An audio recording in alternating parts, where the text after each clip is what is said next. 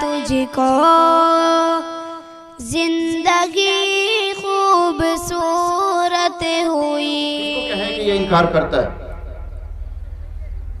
نبی علیہ السلام سے صحابہ نے پوچھا اے اللہ کے نبی انکار کرنے والا کون ہے؟ کس کو ہم سمجھیں کہ یہ انکار کرتا ہے؟ تو آپ نے دو باتیں ارشاد فرمائی جس سے پوری حدیث کی پوری رسول اللہ صلی اللہ علیہ وسلم کی بات کی شرح ہو گئی, بات کھل کر سامنے آ گئی. آپ نے ارشاد فرمایا من اطاعنی دخل الجنہ ومن عصانی فقد ابا, کہ جو میری اطاعت کرے, میری بات کو قبول کرے, اس پر عمل کرے, وہ ہے جو جنت میں جانا چاہتا ہے. اور جو میری نافرمانی کرے, جو میری سنتوں سے منہ موڑ لے, میری باتوں کو پورا نہ کرے, چاہے یہ کتنا ہی اعلان کرے کہ میں مسلمان ہوں, میں جنت میں جانا چاہتا ہوں, میرا شوق ہے, میری تمنا ہے, کتنا ہی کہے, لیکن جو سنت کے مطابق زندگی نہ گزارتا ہو, رسول اللہ کی بات کو نہ سنتا ہو, نہ مانتا ہو, نبی ارشاد فرما رہے ہیں یہ ہے انکار کرنے والا. ومن عصانی فقد ابا, جو میری نافرمانی کرے وہ انکار کرتا ہے. اور جو انکار کرتا ہے اللہ اس کو زبردستی جنت میں نہیں پہنچائے گا. جو خود چاہے گا, طلب کرے گا, اس کے لیے کوشش کرے گا, تو اللہ نے جنت تمہارے لیے ہی بنائی ہے. لیکن اگر انکار کر رہے ہو, عملی اعتبار سے ثابت کر رہے ہو کہ ہمیں جنت نہیں چاہیے, تو اللہ تعالیٰ کی زبردستی تھوڑی بھیجیں گے. تو اس حدیث سے واضح ہو گیا کہ جو نبی کی بات کو مانتے ہیں, نبی کی اطاعت کرتے ہیں, فرمانبرداری کرتے ہیں, نبی کی سنتوں پر چلتے ہیں, یہ وہ ہیں جو اپنے آپ کو جنت پہنچانے چاہ رہے ہیں.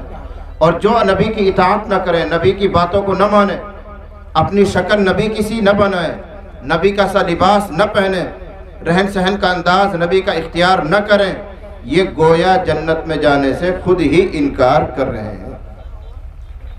یہ ایسا صاف ستھرا شیشہ ہے, ہر کوئی اپنا منہ دے سکتا ہے کہ میں کن میں سے ہوں, میں کدھر چل رہا ہوں, میرا راستہ جنت کی طرف ہے یا خدا نہ خواستہ کسی اور طرف جا رہا ہے.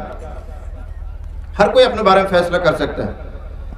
لیکن ہماری کمزوری یہ ہے کہ جب کوئی ایسی اصولی بات پلے پڑ جاتی ہے تو ہم اس کے ذریعے دوسروں کی زندگی میں جھانکتے ہیں, خود اپنی زندگی میں نہیں جھانکتے.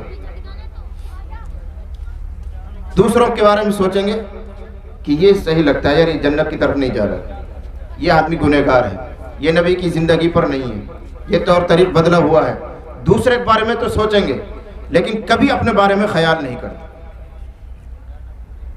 یاد رکھو نبی کریم صلی اللہ علیہ وسلم کی ذات حق اور باطل, صحیح اور غلط کے درمیان فرق کرنے والی ہے. نبی کی ذات کے ذریعے فرق ہوتا ہے کہ کون سچ ہے, کون جھوٹ ہے, کون ٹھیک راستے پر چل رہا ہے, کون غلط راستے پر چل رہا ہے. نبی کی ذات کے ذریعے فرق ہوتا ہے.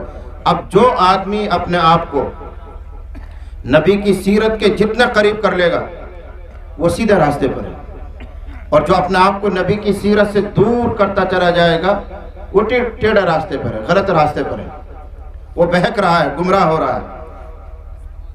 سیدھی پگڈنڈی ہے. وَأَنَّ هَذَا صِرَاطِي مُسْتَقِيمًا فَاتَّبِعُوهُ وَلَا تَتَّبِعُوا السُّبُلَ فَتَفَرَّقَ بِكُمْ عَنْ سَبِيلِهِ. قرآن میں صاف صاف کہا گیا اے نبی اعلان کرو کہ میرا والا راستہ یہی سیدھی پگڈنڈی ہے, یہی سیدھی گیل ہے جنت تک جانے کی. بس اس کے پیچھے پیچھے چلو.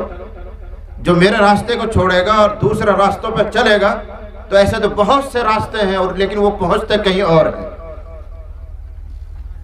جنت تک جانے کا ایک ہی راستہ ہے اور وہ ہے محمد الرسول اللہ صلی اللہ علیہ وسلم کی پاک سیرت, نبی کی پاک عادتیں, نبی کی پاک سنتیں, بس وہی طریقہ. ایک حدیث میں ایک مضمون آیا ہوا ہے, اس سے اس بات کو اور قریب کیا جا سکتا ہے. نبی نے سنایا کہ ایک مرتبہ میں سویا ہوا تھا, لیٹا ہوا تھا, بہت زیادہ گہری نیند نہیں تھی لیکن آنکھیں بند تھی, سو رہا تھا. چند فرشتے اللہ تعالیٰ کی طرف سے آئے. کچھ فرشتے نبی کے پاؤں کی طرف کھڑے ہو گئے,